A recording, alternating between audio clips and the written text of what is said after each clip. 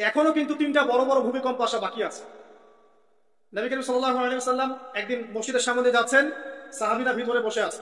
সাহাবীরা কোন একটা বিষয়ে কথোপকথন করছেন। নবী করিম সাল্লাল্লাহু আলাইহি ওয়াসাল্লাম জিজ্ঞাসা করলেন, তোমরা কি নিয়ে কথাবার্তা বলছো? সাহাবীরা বললেন যে আমরা কিয়ামতের আলামতগুলো নিয়ে কথা বলছি। তখন নবীজি বললেন সাল্লাল্লাহু আলাইহি ওয়াসাল্লাম, 10টা আলামত আসার আগে কিয়ামত হবে না। কয়টা আলামত? 10টা। এই 10টা আসার আগ পর্যন্ত কিয়ামত হবে না নিশ্চিত থাকতে পারে, কিন্তু এই 10টা কবে চলে আসবে এর কোনো গ্যারান্টি আছে? নাই। এই তিনটা ভূমিকম্প এখনো আসা বাকি আছে। নবীজি বলেছেন একটা পৃথিবী পূর্ব দিকে হবে। পূর্ব দিক কোন দিক? বাংলাদেশ, পাকিস্তান, মায়ানমার, আপনার শ্রীলঙ্কা, এই পুরো কন্টিনেন্ট পূর্ব দিক, পৃথিবীর পূর্ব দিক। কোন কান্ট্রি এটা বলা হয়নি, পূর্ব দিক বলা হচ্ছে। এবং এখানে ভূমিকম্প বলা হচ্ছে না, বলা হচ্ছে ভূমি ধসে যাবে, মানে পুরো ভূমিটা নিচে চলে যাবে। এখন যারা এগুলো নিয়ে গবেষণা করেন তারাও কিন্তু সেম কথাই বলছেন, খেয়াল করে দেখেন। তারা হয়তো বিজ্ঞান দিয়ে ব্যাখ্যা করছেন, কিন্তু হাদিসে কিন্তু এটা বলা আছে। একটা হচ্ছে পৃথিবীর পশ্চিম দিকে, আরেকটা হচ্ছে পৃথিবীর মাঝখানে। মাঝখানে কারা আছে বলেন? মাঝখানে আমাদের আমিরুল মুমিনিনরা আছে নাকি, যারা গান বাজনাকে উন্মুক্ত করে দিচ্ছে, যারা পর্দা শিথিলতা নিয়ে আসছে করছে, এরা আছে, আমিরুল মুমিনিনরা আছে। তো সেখানেও একটা ফিতনা অপেক্ষা করতে থাকেন। তো এই কথাটা বলতে গিয়ে আমি এখানে এসেছি, পৃথিবীতে কিন্তু এখনো তিনটা বড় বড় ভূমিকম্প বাকি আছে। সর্বশেষ আলামত হচ্ছে ইয়েমেন থেকে একটা আগুন বের হবে, বিশাল আগুন। এই আগুনটা মানব জাতিকে হাসরের মাঠের দিকে তাড়িয়ে নিয়ে যাবে। এই 10টা আলামত না আসা পর্যন্ত কিয়ামত হবে না। অতএব আপনি এখন রিল্যাক্সে নাকে তেল দিয়ে ঘুমান নাকি ভাই? এই 10টা আলামত না আসা পর্যন্ত কিয়ামত হচ্ছে না। তবে এই 10টা আলামত আসার পটভূমি কিন্তু তৈরি হয়ে যাচ্ছে, এটা আমাদের খেয়াল করতে হবে। আচ্ছা আসেন, এই যে শুআয়ব আলাইহিস সালামের কওমকে যে ভূমিকম্প দিয়ে ধ্বংস করা হলো, এই ভূমিকম্প কখন আসে? আল্লাহ পাক বলছেন তার রাসূলের মাধ্যমে, যখন সমাজের মধ্যে পাপ বেড়ে যাবে, অশ্লীলতা বেড়ে যাবে, মানুষ মাদককে হালাল মনে করা শুরু করবে, জিনাকে হালাল মনে করা শুরু করবে, এবং এই যে বেপরদামি বেড়ে যাবে, তখন সমাজের মধ্যে ভূমিকম্প দেখা দিবে, ভূমিধস দেখা দিবে। গান বাজনা বাদ্যযন্ত্রকে মানুষ হালাল মনে করা শুরু করবে, তখন এগুলো আসবে। তো এগুলো কি আসার বাকি আছে? এখন কি মনে হচ্ছে? আল্লাহ পাক আমাদেরকে হেফাজত করুন, আমিন। বাঁচার উপায় কি? ওই যে বললাম, রব্বানা বলেন, আতিনা মিন লাদুনকা রাহমা ওয়া হাইয়্ লানা মিন আমরিনা রাশাদা। এভাবেই ইতিহাস নিজেকে পুনরাবৃত্তি ঘটিয়েছে।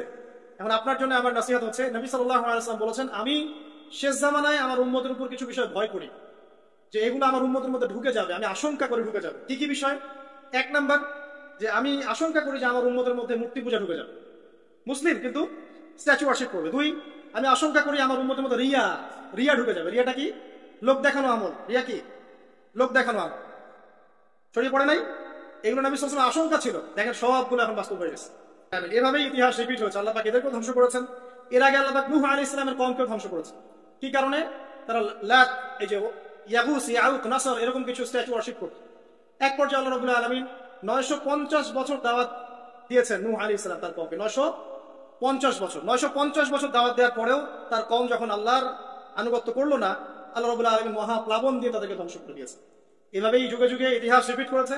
আমাদের নবী মুহাম্মদ সাল্লাল্লাহু আলাইহি ওয়াসাল্লামের সময়ও এই হিস্ট্রিটাই ছিল। আবু জাহেল, আবু লাহাব, উতবা, শাইবা যারা ছিল, তারা মূলত সমাজটাকে দ্বিখণ্ডিত করে ফেলেছে, খণ্ডে খণ্ডে ভাগ করে ফেলেছে। ডিভাইড অ্যান্ড রুলের মতো সমাজে সুদ ছড়িয়ে দিয়েছিল, জেনা ছড়িয়ে দিয়েছিল, পরকীয়া ছড়িয়ে দিয়েছে, এবং শিরক ছড়িয়ে দিয়েছে, এবং গোত্রীয় হানাহানি চলছিল। এরকম একটা অবস্থায় নবী সাল্লাল্লাহু আলাইহি ওয়াসাল্লাম ওই সমাজের মধ্যে আসেন নবী হিসেবে। এসে মাত্র 23 বছর সময় নিয়েছেন। কত বছর? মাত্র 23 বছর। আমাদের তো সমাজ সংস্কারের শতাব্দী পার হয়ে যাচ্ছে, এক একটা রেভলিউশন দেখবেন শতাব্দী পার হয়ে যাচ্ছে, কিন্তু কোনো আলটিমেট রেজাল্ট নাই। নবী সাল্লাল্লাহু আলাইহি ওয়াসাল্লাম 23 বছর সময় নিয়েছেন, মাত্র 23 বছর। এই 23 বছরে কোরআন এবং হাদিস এই দুটোকে হাতে নিয়ে নবী সাল্লাল্লাহু আলাইহি ওয়াসাল্লাম সমাজের প্রত্যেকটা জাহিলিয়াত উপর থেকে সরিয়ে দেন নাই, শেকড় থেকে উপরে ফেলেছেন।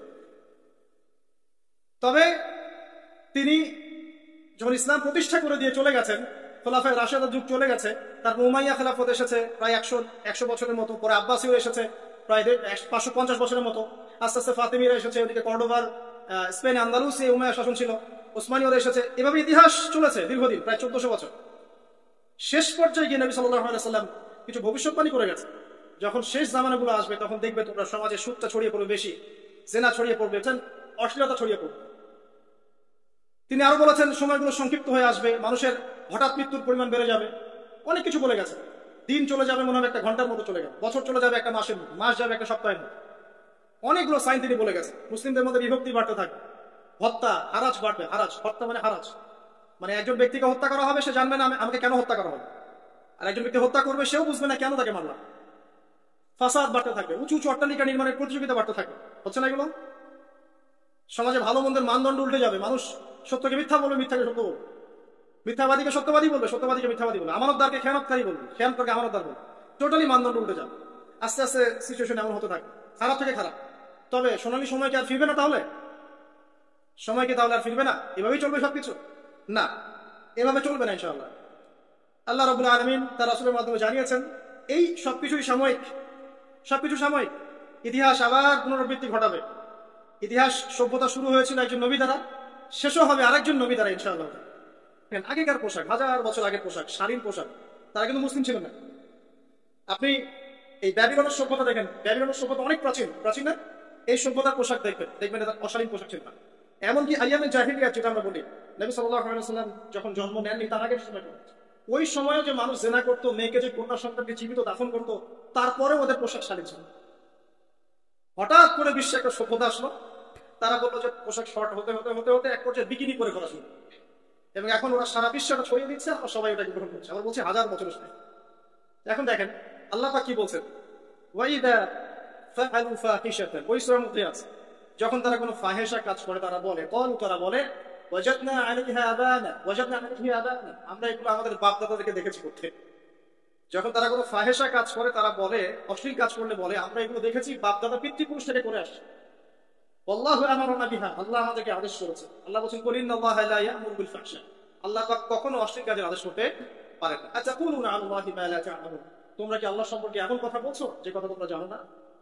আল্লাহ কিসের আদেশ করে? আল্লাহ বলেন কুল আমারা রাব্বি বিল কিস, হে নবী বলে দিন আল্লাহ পাক আদেশ করেন ন্যায়, ন্যায় বিচারের আদেশ করেন। ওয়া আকিমু ওয়ুজুহাকুম ইনদা কুল্লি মসজিদ, এবং প্রত্যেক নামাজের ওয়াক্তে নিজের চেহারাটাকে একনিষ্ঠভাবে আল্লাহর দিকে ফেরাবে, এই আদেশ আল্লাহ পাক করেন। ওয়া আকিমু ওয়ুজুহাকুম ইনদা কুল্লি মসজিদ ওয়াদউহু মুখলিসিনা লাহু দ্বীন, এবং একনিষ্ঠভাবে তোমরা আল্লাহকে ডাকবে, দোয়া করবে, এই আদেশ আল্লাহ পাক। তো আল্লাহ পাক কি অশ্লীল কাজের আদেশ করতে পারে? ইতিহাস পড়ে দেখেন, আমি নিজে হিস্ট্রির ছাত্র, আপনি পড়ে দেখবেন, পুরো ঐতিহাসিক পটভূমি পড়ে দেখবেন, মানুষ এই ঊনবিংশ শতাব্দী আসার আগে এত অশ্লীল ছিল।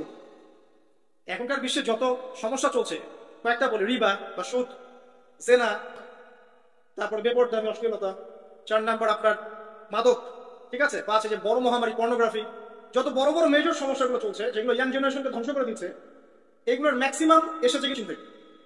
খেয়াল করে দেখবেন, এগুলো কিন্তু বাংলাদেশ থেকে আসে নাই, আসছে ভারত থেকে আসছে, পাকিস্তান থেকে আসছে, সাবকন্টিনেন্ট থেকে আসে না, এগুলো দেখবেন একটা নির্দিষ্ট জায়গা থেকে আসছে। তো এই কারণেই আমাদের সতর্ক দৃষ্টি রাখতে হবে যে বস্তুবাদী উন্নয়ন সবকিছু নয়। হ্যাঁ, আমরা জিডিপি বাড়ালাম, ইন্ডাস্ট্রিজ গড়লাম, মঙ্গলে চলে গেলাম, চাঁদে গেলাম, ওকে ফাইন, এগুলোর কেউ বিরোধিতা করবে না, এটা ভালো, নেশনকে এগিয়ে নিতে হবে, এটাই এডুকেট, তারও নয়, এবং এডুকেটেই করতে হবে, কিন্তু নৈতিকতার বিসর্জন দিয়ে নয়। নৈতিকতার বিসর্জন দিয়ে ধর্ম থেকে দূরে চলে এসে নাস্তিকতায় বিশ্বাসী হয়ে আল্লাহকে বাদ দিয়ে, রাসূলকে বাদ দিয়ে এই বস্তুবাদী উন্নয়ন আমাদের পরকালকে বাঁচাতে পারবে না। পরকালকে বাঁচিয়ে রেখে আমার দুনিয়াবী উন্নয়ন করতে হবে, এবং দুনিয়ার উন্নয়নটা অবশ্যই জরুরি। সারা বিশ্ব যখন এগিয়ে যাচ্ছে, আমরা কেন পিছিয়ে থাকবো? আমি তো এটাও বলি যে এটা অনেক মাদ্রাসার লাইনে যারা আছেন তারা আমার সাথে একটু বিরোধিতা করেন এই বিষয়ে, কিন্তু আমি নিজেই বলি যে সিলেবাসের মধ্যে পরিবর্তন নিয়ে আসার চেষ্টা করতে হবে। শুধুমাত্র এককেন্দ্রিক শিক্ষা কেন শিক্ষিত হবো? এই যুগে চলার জন্য যে উপকারী জ্ঞানগুলো দরকার সেগুলো শিখতে হবে আমাদেরকে। আমাদের আইসিটি জ্ঞানের দরকার আছে, আমাদের ইংরেজির জ্ঞানের দরকার আছে, ম্যাথামেটিক্স দরকার আছে, সায়েন্সের দরকার আছে, আমাদের তথ্য প্রযুক্তি জানতে হবে, অর্থনীতির জ্ঞানের দরকার আছে, পলিটিক্যাল সায়েন্সের দরকার আছে, জিও পলিটিক্স দরকার আছে। এগুলো বাদ দিয়ে শুধু যদি আমি মুখস্থ করে যাই, এই জ্ঞানটা আমার কি কাজে দিবে? আমার এই কথাটা অনেকে নেগেটিভলি নেয়, কিন্তু আমি আসলে তাদের ব্যাপারে তাদের সাথে তর্ক করতে চাই না। আমি আমার কনসেপ্ট লালন করি, আমি এতটুকুই বলছি। এবং যারা শিক্ষিত মহল আছেন, বুদ্ধিজীবী মহল আছেন, যারা দেশ সম্পর্কে ভাবেন, যাদের নিয়ে ভাবেন, উম্মা নিয়ে ভাবেন, তারা কিন্তু আমার সাথে একমত হবে ইনশাআল্লাহ যে আমরা কিন্তু এই জায়গাটাতে পিছিয়ে করতেছি। আল্লাহ পাক আমাদেরকে কনস্ট্রাকটিভ সিলেবাসে পড়াশোনা করার তৌফিক দান করুন। এবং জেনারেল লাইন থেকে আপনি বয়কট করে একদম ইয়াতে চলে আসতেছেন কেন? জেনারেল লাইনে পড়ছেন, পড়েন, আপনার এই জ্ঞানটাকে আপনি ইসলামের কল্যাণে কাজে লাগাতে পারবেন না। সবাইকে কি আলেম হতে হবে? সবাইকে মুফতি হবে, মুহাদ্দিস হবে? অর্থনীতিবিদের দরকার আছে না? পলিটিশিয়ানের দরকার আছে না? ডক্টর ইঞ্জিনিয়ার দরকার আছে না? সব সেক্টরের মানুষের দরকার আছে। আপনাদেরকে আপনাদের জায়গায় থাকতে হবে, ওখানে থেকে আপনার ইসলামের খেদমত করুন, পারবেন না? একজন ডক্টর তিনি কি ইসলামের খেদমত করতে পারবেন না ভাই? একজন সৎ নেতা তিনি কি ইসলামের খেদমত করতে পারবেন না? একজন অর্থনীতিবিদ তিনি যদি আল্লাহ পাকের হালাল হারাম মেনে অর্থনীতির কোনো বিধান চালু করেন, তিনি কি ইসলামের খেদমত করতে পারবেন না? তো সবাইকে কি বক্তা হতে হবে? সবাইকে আলেম হতে হবে? এক নির্দিষ্ট একটা শ্রেণীর মানুষ আলেম হবে, নির্দিষ্ট একটা শ্রেণীর মানুষ প্রশাসনে থাকবে, নির্দিষ্ট একটা শ্রেণীর মানুষ জনপ্রতিনিধি হবে, নির্দিষ্ট শ্রেণীর মানুষ ইকোনমিক সেক্টরে থাকবে। এইভাবে আমরা একটা জাতি গঠন করব এবং সবাই হবে উভয় দিকে শিক্ষিত। একজন আর্মি অফিসার, তার উচিত হবে ইমামতি করার যোগ্যতা অর্জন করা। একজন ডক্টর, তার উচিত হবে ইমামতি করার যোগ্যতা অর্জন করা। আবার একজন যিনি আলেম, তারও উচিত হবে এমন পড়াশোনা করা যে পড়াশোনা দিয়ে তিনি কোরআন সুন্নাহকে হাতে রেখে ওয়ার্ল্ড অ্যাফেয়ার্সকে ডিল করতে পারেন। তো এই বিষয়গুলো আমাদের একটা গ্যাপ চলে আসছে দীর্ঘদিন থেকে। আল্লাহ পাক আমাদেরকে বোঝার তৌফিক দান করুন। আর অ্যাটলিস্ট আমরা যদি নাই পারি, আমাদের দ্বারা যদি কিছু নাই হয়, অ্যাটলিস্ট আমাদের সন্তান সন্ততি যারা আসবে ভবিষ্যতে, আল্লাহ পাক তাদেরকে যেন ইসলামের জন্য কবুল করে না। আমি আর ইসলামের জন্য কবুল করলে কারো কোনো ক্ষতি নাই। ইসলামের আন্ডারে প্রত্যেক অমুসলিমের সর্বোচ্চ অধিকার রক্ষা করা হয়, অন্য কোনো জায়গায় করা হয় না। এবং প্রত্যেকটা ধর্মগ্রন্থের মূল কথাগুলো দেখবেন একই রকম। এক আল্লাহর কথা বলছেন, একজন শেষ নবীর কথা বলছেন, সত্য কথা বলার কথা বলছেন, ন্যায়ের পথে চলার কথা বলছেন। প্রত্যেকটা ধর্মগ্রন্থ পড়ে দেখেন, এই যে ওল্ড টেস্টামেন্ট বলেন, নিউ টেস্টামেন্ট বলেন, বেদ বলেন, আপনি বাইবেল বলেন, পড়েন, একটু পড়েন, তুলনামূলক ধর্মতত্ত্বের বইগুলো পড়েন, দেখবেন অনেক মিল আছে। তো সবাই যদি যার যার ধর্ম পালন করেন, কোনো সমস্যা আছে? সবাই যদি যার যার ধর্মের নৈতিক বিষয়গুলো মেনে চলে, কোনো সমস্যা আছে? এই সহজ সরল কথাগুলো আমরা জনগণকে বোঝাতে ব্যর্থ হচ্ছি। এই সুযোগ নিয়ে এক শ্রেণীর মানুষ এক দলকে আরেক দলের বিরুদ্ধে লাগিয়ে দিচ্ছে, স্বার্থ খুঁজে, নিজের স্বার্থে, দুনিয়ার স্বার্থে। এবং ওই যে বললাম একটা সভ্যতার কথা, ওদের স্বার্থে শান্তিপূর্ণ একটা জনসমষ্টির মাঝে ফাসাদ লাগিয়ে দিচ্ছে উদ্দেশ্যপ্রণীত ভাবে কিছু মানুষ। এদেরকে চিনতে শিখুন, এদেরকে বয়কট করতে শিখুন। আল্লাহ পাক তৌফিক, বোঝার তৌফিক দান। যাই, আমি আর ওদিকে যাচ্ছি না। দেখুন, নবী মুসা আলাইহিস সালামের সময় হিস্ট্রি এভাবে রিপিট হয়েছে। আপনাকে একটা কওমের কথা বলি, এই যে শুআয়ব আলাইহিস সালামের কওম, যাদেরকে মাপে কম দেওয়ার কারণে আল্লাহ পাক ধ্বংস করেছেন। কোন কারণে? মাপে কম দেওয়ার কারণে। আল্লাহ রাব্বুল আলামিন ভূমিকম্প দিয়ে ধ্বংস করেছেন এই প্রথম এই কমটাকে, যারা ছিল শুআয়ব আলাইহিস সালামের কওম। তাদের অপরাধ খুব বড়সড় ছিল না, কিন্তু আপনি দেখেন তারা শিরকের পাপ করতো, ঠিক আছে, এই পাপটা মোটামুটি ধ্বংসপ্রাপ্ত সব কমই করেছে। এই শিরকের পাপ বাদ দিয়ে তারা আরেকটা বড় পাপ করতো, একটা বড় পাপ। সেটা কি? তারা মাপে কম দিত, অন্যদেরকে ঠকাতো, মানে জনগণের সম্পদ লুট করে মাপে কম দিত। এই একটা কারণে আল্লাহ পাক শুআয়ব আলাইহিস সালামের কওমকে পুরো ভূমিকম্পতে ধ্বংস করে দিয়েছে। তা আমি আপনাদেরকে জানিয়ে রাখি যে আমি যেহেতু আখিরুল জামান স্টাডি করেছি বা করছি, এখনো কিন্তু 3টা বড় বড় ভূমিকম্প আসা বাকি আছে। নবী করিম সাল্লাল্লাহু আলাইহি ওয়াসাল্লাম একদিন মসজিদের সামনে দিয়ে যাচ্ছেন, সাহাবীরা ভিতরে বসে আছে। সাহাবীরা কোন একটা বিষয়ে কথোপকথন করছেন। নবী করিম সাল্লাল্লাহু আলাইহি ওয়াসাল্লাম জিজ্ঞাসা করলেন, তোমরা কি নিয়ে কথাবার্তা বলছো? সাহাবীরা বললেন যে আমরা কিয়ামতের আলামতগুলো নিয়ে কথা বলছি। তখন নবীজি বললেন সাল্লাল্লাহু আলাইহি ওয়াসাল্লাম, 10টা আলামত আসার আগে কিয়ামত হবে না। কয়টা আলামত? 10টা। এই 10টা আসার আগ পর্যন্ত কিয়ামত হবে না নিশ্চিত থাকতে পারে, কিন্তু এই 10টা কবে চলে আসবে এর কোনো গ্যারান্টি আছে? নাই। এই 3টা ভূমিকম্প এখনো আসা বাকি আছে। নবীজি বলেছেন একটা পৃথিবী পূর্ব দিকে হবে। পূর্ব দিক কোন দিক? বাংলাদেশ, পাকিস্তান, মায়ানমার, আপনার শ্রীলঙ্কা, এই পুরো কন্টিনেন্ট পূর্ব দিক, পৃথিবীর পূর্ব দিক। কোন কান্ট্রি এটা বলা হয়নি, পূর্ব দিক বলা হচ্ছে। এবং এখানে ভূমিকম্প বলা হচ্ছে না, বলা হচ্ছে ভূমি ধসে যাবে, মানে পুরো ভূমিটা নিচে চলে যাবে। এখন যারা এগুলো নিয়ে গবেষণা করেন তারাও কিন্তু সেম কথাই বলছেন, খেয়াল করে দেখেন। তারা হয়তো বিজ্ঞান দিয়ে ব্যাখ্যা করছেন, কিন্তু হাদিসে কিন্তু এটা বলা আছে। একটা হচ্ছে পৃথিবীর পশ্চিম দিকে, আরেকটা হচ্ছে পৃথিবীর মাঝখানে। মাঝখানে কারা আছে বলেন? মাঝখানে আমাদের আমিরুল মুমিনিনরা আছে নাকি, যারা গান বাজনাকে উন্মুক্ত করে দিচ্ছে, যারা পর্দার শিথিলতা নিয়ে আসছে করছে, এরা আছে, আমিরুল মুমিনিনরা আছে। তো সেখানেও একটা ফিতনা অপেক্ষা করতে থাকেন। তো এই কথাটা বলতে গিয়ে আমি এখানে এসেছি। পৃথিবীতে কিন্তু এখনো 3টা বড় বড় ভূমিকম্প বাকি আছে। সর্বশেষ আলামত হচ্ছে ইয়েমেন থেকে একটা আগুন বের হবে, বিশাল আগুন। এই আগুনটা মানব জাতিকে হাসরের মাঠের দিকে তাড়িয়ে নিয়ে যাবে। এই 10টা আলামত না আসা পর্যন্ত কিয়ামত হবে না। অতএব আপনি এখন রিল্যাক্সে নাকে তেল দিয়ে ঘুমান নাকি ভাই? এই 10টা আলামত না আসা পর্যন্ত কিয়ামত হচ্ছে না। তবে এই 10টা আলামত আসার পটভূমি কিন্তু তৈরি হয়ে যাচ্ছে, এটা আমাদের খেয়াল করতে হবে। আচ্ছা আসেন, এই যে শুআয়ব আলাইহিস সালামের কওমকে যে ভূমিকম্প দিয়ে ধ্বংস করা হলো, এই ভূমিকম্প কখন আসে? আল্লাহ পাক বলছেন তার রাসূলের মাধ্যমে, যখন সমাজের মধ্যে পাপ বেড়ে যাবে, অশ্লীলতা বেড়ে যাবে, মানুষ মাদককে হালাল মনে করা শুরু করবে, জিনাকে হালাল মনে করা শুরু করবে, এবং এই যে বেপরদামি বেড়ে যাবে, তখন সমাজের মধ্যে ভূমিকম্প দেখা দিবে, ভূমিধস দেখা দিবে। গান বাজনা, বাদ্যযন্ত্রকে মানুষ হালাল মনে করা শুরু করবে, তখন এগুলো আসবে। তো এগুলো কি আসার বাকি আছে? এখন কি মনে হচ্ছে? আল্লাহ পাক আমাদেরকে হেফাজত করুন, আমিন। বাঁচার উপায় কি? ওই যে বললাম, রব্বানা বলেন, আতিনা মিন লাদুনকা রাহমা ওয়া হাইয়্ লানা মিন আমরিনা রাশাদা। এভাবেই ইতিহাস নিজেকে পুনরাবৃত্তি ঘটিয়েছে। এখন আপনার জন্য আমার নসিহত হচ্ছে, নবী সাল্লাল্লাহু আলাইহি ওয়াসাল্লাম বলেছেন, আমি শেষ জামানায় আমার উম্মতের উপর কিছু বিষয় ভয় করি, যে এগুলো আমার উম্মতের মধ্যে ঢুকে যাবে, আমি আশঙ্কা করে ঢুকে যাবে। কি কি বিষয়?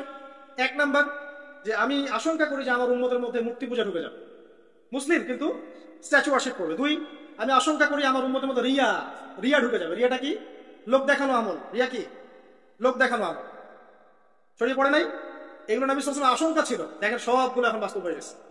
এভাবেই ইতিহাস রিপিট হয়েছে। আল্লাহ পাক এদেরকেও ধ্বংস করেছেন। এর আগে আল্লাহ পাক নূহ আলাইহিস সালামের কওমকেও ধ্বংস করেছেন। কি কারণে? তারা লাত, এই যে ইয়াগুস, ইয়াউক, নাসর এরকম কিছু স্ট্যাচু ওয়ার্শিপ করত। এক পর্যায়ে আল্লাহ রাব্বুল আলামিন 950 বছর দাওয়াত দিয়েছেন নূহ আলাইহিস সালাম তার কওমকে। 950 বছর দাওয়াত দেওয়ার পরেও তার কওম যখন আল্লাহর আনুগত্য করলো না, আল্লাহ রাব্বুল আলামিন মহাপ্লাবন দিয়ে তাদেরকে ধ্বংস করে দিয়েছেন। এভাবেই যুগে যুগে ইতিহাস রিপিট করেছে। আমাদের নবী মুহাম্মদ সাল্লাল্লাহু আলাইহি ওয়াসাল্লামের সময়ও এই হিস্ট্রিটাই ছিল। আবু জাহেল, আবু লাহাব, উতবা, শাইবা যারা ছিল, তারা মূলত সমাজটাকে দ্বিখণ্ডিত করে ফেলেছে, খণ্ডে খণ্ডে ভাগ করে ফেলেছে। ডিভাইড অ্যান্ড রুলের মতো সমাজে সুদ ছড়িয়ে দিয়েছিল, জেনা ছড়িয়ে দিয়েছিল, পরকিয়া ছড়িয়ে দিয়েছে এবং শিরক ছড়িয়ে দিয়েছে এবং গোত্রীয় হানাহানি চলছিল। এরকম একটা অবস্থায় নবী সাল্লাল্লাহু আলাইহি ওয়াসাল্লাম ওই সমাজের মধ্যে আসেন নবী হিসেবে। এসে মাত্র 23 বছর সময় নিয়েছেন। কত বছর? মাত্র 23 বছর। আমাদের তো সমাজ সংস্কারের শতাব্দী পার হয়ে যাচ্ছে। এক একটা রেভলিউশন দেখবেন শতাব্দী পার হয়ে যাচ্ছে, কিন্তু কোনো আলটিমেট রেজাল্ট নাই। নবী সাল্লাল্লাহু আলাইহি ওয়াসাল্লাম 23 বছর সময় নিয়েছেন, মাত্র 23 বছর। এই 23 বছরে কোরআন এবং হাদিস এই দুটোকে হাতে নিয়ে নবী সাল্লাল্লাহু আলাইহি ওয়াসাল্লাম সমাজের প্রত্যেকটা জাহিলিয়াত উপর থেকে সরিয়ে দেন নাই, শেকড় থেকে উপরে ফেলেছেন। তবে তিনি যখন ইসলাম প্রতিষ্ঠা করে দিয়ে চলে গেছেন, খোলাফায়ে রাশেদার যুগ চলে গেছে, তারপর উমাইয়া খেলাফত এসেছে প্রায় 100 বছরের মতো, পরে আব্বাসীয় এসেছে প্রায় 550 বছরের মতো, আস্তে আস্তে ফাতেমিরা এসেছে, ওদিকে কর্ডোবার, স্পেন, আন্দালুস এই উমাইয়া শাসন ছিল, ওসমানীয়রা এসেছে। এভাবে ইতিহাস চলেছে দীর্ঘদিন, প্রায় 1400 বছর। শেষ পর্যায়ে গিয়ে নবী সাল্লাল্লাহু আলাইহি ওয়াসাল্লাম কিছু ভবিষ্যৎবাণী করে গেছে। যখন শেষ জামানাগুলো আসবে তখন দেখবে তোমরা সমাজে সুদটা ছড়িয়ে পড়বে বেশি, জেনা ছড়িয়ে পড়বে, অশ্লীলতা ছড়িয়ে পড়বে। তিনি আরো বলেছেন সময়গুলো সংক্ষিপ্ত হয়ে আসবে, মানুষের হঠাৎ মৃত্যুর পরিমাণ বেড়ে যাবে, অনেক কিছু বলে গেছে। দিন চলে যাবে মনে হবে একটা ঘন্টার মতো চলে যাবে, বছর চলে যাবে একটা মাসের মতো, মাস যাবে একটা সপ্তাহের মতো। অনেকগুলো সাইন তিনি বলে গেছে। মুসলিমদের মধ্যে বিভক্তি বাড়তে থাকবে, হত্যা, হারাজ বাড়বে। হারাজ, হত্যা মানে হারাজ, মানে একজন ব্যক্তিকে হত্যা করা হবে, সে জানবে না আমাকে কেন হত্যা করা হবে, আর একজন ব্যক্তি হত্যা করবে, সেও বুঝবে না কেন তাকে মারলাম। ফাসাদ বাড়তে থাকবে, উঁচু উঁচু অট্টালিকা নির্মাণের প্রতিযোগিতা বাড়তে থাকবে। হচ্ছে না এগুলো? সমাজে ভালো মন্দের মানদণ্ড উল্টে যাবে। মানুষ সত্যকে মিথ্যা বলবে, মিথ্যাকে সত্য বলবে, মিথ্যাবাদীকে সত্যবাদী বলবে, সত্যবাদীকে মিথ্যাবাদী বলবে, আমানতদারকে খেয়ানতকারী বলবে, খেয়ানতদারকে আমানতদার বলবে। টোটালি মানদণ্ড উল্টে যাবে। আস্তে আস্তে সিচুয়েশন এমন হতে থাকে, খারাপ থেকে খারাপ। তবে সোনালী সময় কি আর ফিরবে না? তাহলে সময় কি তাহলে আর ফিরবে না? এভাবেই চলবে সবকিছু? না, এভাবে চলবে না ইনশাআল্লাহ। আল্লাহ রাব্বুল আলামিন তার রাসূলের মাধ্যমে জানিয়েছেন এই সবকিছুই সাময়িক, সবকিছু সাময়িক। ইতিহাস আবার পুনরাবৃত্তি ঘটাবে। ইতিহাস সভ্যতা শুরু হয়েছিল একজন নবী দ্বারা, শেষও হবে আরেকজন নবী দ্বারা ইনশাআল্লাহ।